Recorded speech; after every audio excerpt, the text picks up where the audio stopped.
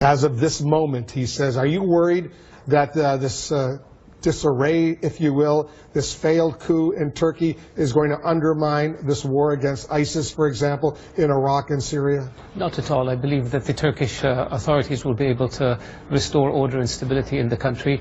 It may take a little bit of time, but I have no doubt that Turkey will be able to overcome this. Saudi Arabia, like other countries in the region, you've had your own problems with Turkey in recent years. We have the best relations with Turkey today. We have very extensive cooperation in terms of security, counterterrorism, supporting the moderate Syrian opposition. We have extensive trade relations, and we have very strong political coordination between us and Turkey. How is this war against ISIS from the Saudi perspective unfolding? Because they seem to be losing some ground, but you see what has just happened in Nice. They're claiming responsibility for this horrible truck terror attack, killing 84 people, injuring so many more in Nice. Is this the new normal? Should we anticipate that ISIS, if in fact they really did inspire this attack, that we're going to see a lot more of this? I believe a lot of things can inspire a lot of people to do bad things. I don't believe that ISIS is gaining strength. I believe they're being defeated in Syria and they're being defeated in Iraq. The world is focused on dealing with this threat, and I believe, God willing, the world will be able to destroy this threat. What is Saudi Arabia doing to destroy ISIS? We are going after the men, the money, and the mindset. We are part of the international coalition. In fact, we are a founding member of the coalition against ISIS in Syria. We have arrested thousands of people in Saudi Arabia for recruiting, for trying to conduct terrorist operations. We have stifled many terrorist attacks in the Kingdom of Saudi Arabia, and we continue to go after them and those who support them and those who justify them. How much of a threat is ISIS to the stability in Saudi Arabia, the kingdom there? They are a threat to the security and the well-being of our people, like any other terrorist organization. But are they going to succeed in Saudi Arabia? No. We are determined to crush them, and God willing, we will. Does ISIS have strongholds in Saudi Arabia right now? Not at all. They have a small number of people. We've seen some terror attacks there. It doesn't take much to have terrorist attacks. Saudi Arabia is a country of 30 million people, and if you have a few hundred that might sympathize with ISIS, or even a few thousand, that does not a country make. They will be defeated. We have taken robust action against them. We will continue to do so, and we will rid our country of this scourge. You've been severely criticized by some human rights groups for what you're doing in Yemen right now. I believe that these reports are based on inaccurate information. Saudi Arabia is committed to the well-being of Yemen and the Yemeni people. We are the largest single provider of humanitarian assistance to Yemen.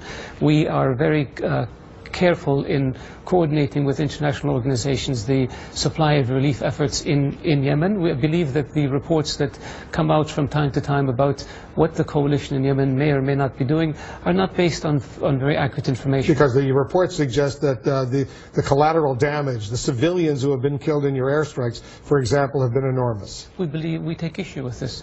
We adhere to international humanitarian law and the laws of war. We are very careful when it comes to the selection of targets. We are very careful when it comes to assessing the damage that is done. We review those operations on a continuing basis to avoid and to minimize civilian casualties. Where an incident takes place, we review it. We put in place mechanisms to ensure that it does not happen again. And this is how we operate. And we have members of allied countries with us in the and who are part and parcel of this review. As you know, the U.S. government yesterday released those 28 pages that until yesterday had been classified, talking about the suggestion that maybe Saudi Arabia played some sort of role in the 9/11 attacks. One of the lines in the conclusion in this declassified report, quote, while in the United States, some of the September 11 hijackers were in contact with and received support or assistance from individuals who may be connected to the Saudi government. You've seen the report. I want you to respond to that specific suggestion. I believe that the surprise in the 28 pages is that there is no surprise. The 28 pages was very clear in stating that what is here has not been vetted, what is here has not been investigated. The congressional inquiry is not in a position to conduct such an investigation, and so therefore they don't have conclusions.